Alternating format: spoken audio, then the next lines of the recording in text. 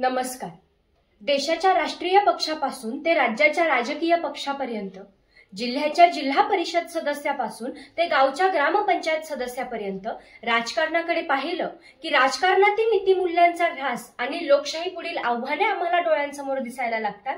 आणि म्हणूनच बोलू बरंच काही या ऑनलाईन व्यासपीठाच्या माध्यमातून मी स्पर्धक सायली फड, फर्ग्युसन महाविद्यालयाची विद्यार्थिनी, विषय मांडतीये सध्याची राजकीय परिस्थिती.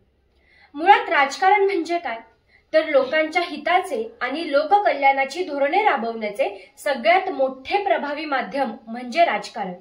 पण मुळात त्या राजकारणाचा उलट अर्थ करून राजकारण हे आपल्या ग्रामीण भाषेमध्ये जसं की गजकरण आहे, कितीही खाजवलं तरी खाजवतच राहावं अशी अवस्था या राजकारणाची या महाराष्ट्रामध्ये झालेली आहे. आणि म्हणूनच कुठेतरी ढासळत चाललेल्या राजकारणातील नीतिमूल्यांचा ऱ्हास आत्ताच्या काळात सामान्यांच्या जीवाला बसलेला गळफास आहे. आणि आत्ताच्या काळातील राजकारण हे लोकशाहीच मारक ठरणार आहे.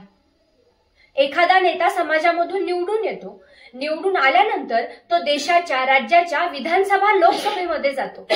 तिथून त्याने सामान्यांचे प्रश्न हाताळायचे असतात, सोडवायचे असतात. पण त्यापेक्षा तो स्वतः किती श्रीमंत होईल यासाठी अनेक कामांमध्ये भ्रष्टाचार करून तो गडगंज होतो.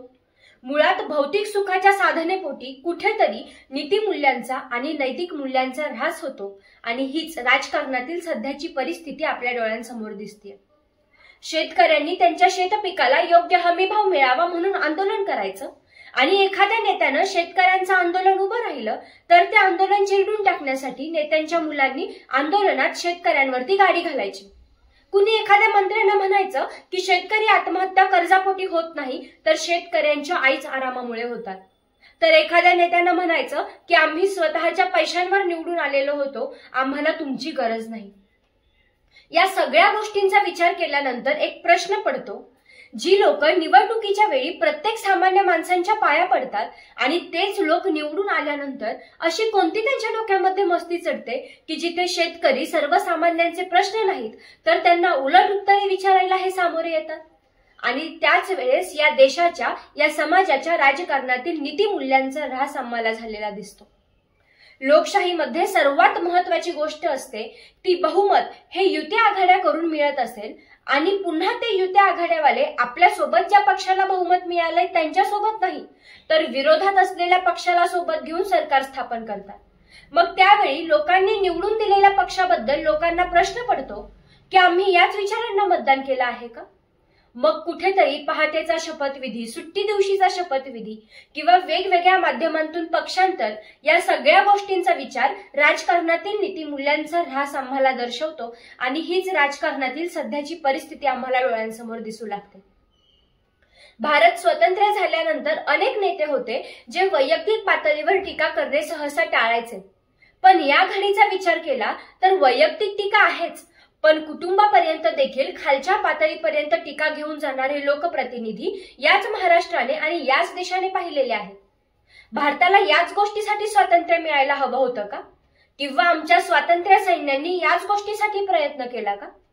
त्यावेळी मग वाटायला लागतं की स्वतंत्र भारतानंतरचं राजकारण आणि आत्ताचं राजकारण यांच्यामध्ये जमीन आसमानाचा फरक आहे. आणि आत्ताचं राजकारण हे नीतिमूल्यांचा ऱ्हास करणार आहे आणि नक्कीच ते लोकशाहीच मारक ठरणार आहे. मराठवाडा मुक्ती संग्राम लढ्याचे मुख्य नेतृत्व करणारे स्वामी रामानंद तीर्थ असे म्हणायचे की स्वातंत्र्य, समता आणि बंधुता आचार विचारांचे उच्चार यांचे मुख्य उगमस्थान म्हणजे राजकारण, आणि त्यातूनच राजकारण घडतं. मुळात राजकारण वाईट नाही, पण ते चालवणारे लोक नैतिकता आणि नीतिमूल्य यांची जोपासना करणारे हवे. 10 वर्ष अमेरिकेसारख्या महासत्ता राष्ट्राचा कारभार करणारे बराक ओबामा ज्यावेळी अमेरिकेचे राष्ट्राध्यक्ष नसतात त्यावेळी ते एका कंपनीमध्ये जॉब करून माझ्या देशासाठी मी घरी न बसता योगदान दिलं पाहिजे असं म्हणतात. आणि त्यांचं हेच योगदान आदर्श राजकारणाचं मूर्तिमंत उदाहरण आहे.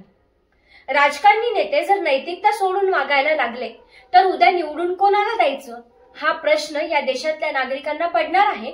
आणि हेच लोकशाही पुढील सर्वात मोठं आव्हान असणार आहे. लोकांनी लोकांसाठी चालवलेले शासन म्हणजे लोकशाही. ती लोकशाही जिथून सुरू होते ती मतपेटी, आणि त्या मतपेटीच्या बहुमतातून जो उभा राहतो तो लोकप्रतिनिधी. पण त्या लोकप्रतिनिधीने लोकांना पूरक असे निर्णय दिले नाहीत, तर तोच लोकप्रतिनिधी भारताची लोकशाही धोक्यात आणण्याचं काम करतोय. आणि हेच लोकशाही पुढील सर्वात मोठं आव्हान असणार आहे. म्हणूनच नामदेव ढसाळ सारखे कवी म्हणतात की लोकशाही ही कोणत्या गाढविणीची आई आहे मला माहित नाही. किंवा जगविख्यात कवी कुमार विश्वास म्हणतात की लोकशाहीचे सारे राजे डाकू आहेत. डॉक्टर बाबासाहेब आंबेडकरांनी या देशाला राज्यघटना दिली तेव्हा त्यांना पत्रकारांनी या राज्यघटनेबद्दल विचारलं. त्यावेळी बाबासाहेबांनी एक सुंदर उत्तर दिलं. ते असं म्हणाले की राज्यघटना देण्यापेक्षा ते चालवणारे हात फार महत्वाचे आहेत. आपण राजकारण म्हणतो, पण ते राजकारण करणारे हात लोकशाही जिवंत ठेवतील का, हा मोठा प्रश्न या घडीला समाजासमोर आहे. स्वातंत्र्यातून समता आणि समतेतून बंधुभाव वृद्धिंगत व्हायला हवा. लोकशाही मूल्यातून राजकारणाचा ढासळत चाललेला ध्यास मोडकळीत यावा, ही एवढीच अपेक्षा मी व्यक्त करते. नीतिमूल्य ही 4च अक्षरे असतील, पण तीच 4 अक्षरे समाजाच्या राजकारणातला आत्मा म्हणून ओळखले जातात हे विसरून चालणार नाही. त्याचा ऱ्हास होणे ही लोकशाही पत्राची सर्वात मोठी घडी आहे. या जगात, या देशात अनेक विचारधारा समोर आल्या, पण लोकशाही नकोय आणि लोकशाहीला छेद देईल अशी विचारधारा अजूनही या देशात किंवा जगात समोर आलेली नाही. आणि म्हणूनच येणाऱ्या काळात लोकशाही पुढील आव्हाने टाळायचे असतील तर प्रत्यक्षात तरुणी म्हणून मी माझी जिम्मेदारी आणि या देशाचे नागरिक म्हणून तुम्ही तुमची जबाबदारी घेऊन आपल्या सर्वांना देशसेवेसाठी सज्ज झाले पाहिजे. आणि सध्याची ही राजकीय परिस्थिती मोडून आपल्याला राजकारणाकडे एका वेगळ्या दृष्टिकोनाने आणि भारताचा एक नागरिक म्हणून पाहणे गरजेचे आहे. या देशाचे केंद्रीय वाहतूक मंत्री नितीनजी गडकरी असे म्हणतात की राजकारणात सत्ता येते, पद येतात, लाल दिव्यांच्या गाड्याही येतात, पण त्याला पाहून हुरळून न जाता जनतेचे प्रश्न आणि आपल्या वागण्यातली नीतिमत्ता कधीही कमी होऊ देता कामा नये. आणि हाच आदर्श प्रत्येक राजकारणातील राजकीय नेत्यांनी घ्यायला हवा आणि तो ते घेतील असा आशावाद व्यक्त करते आणि थांबते. धन्यवाद.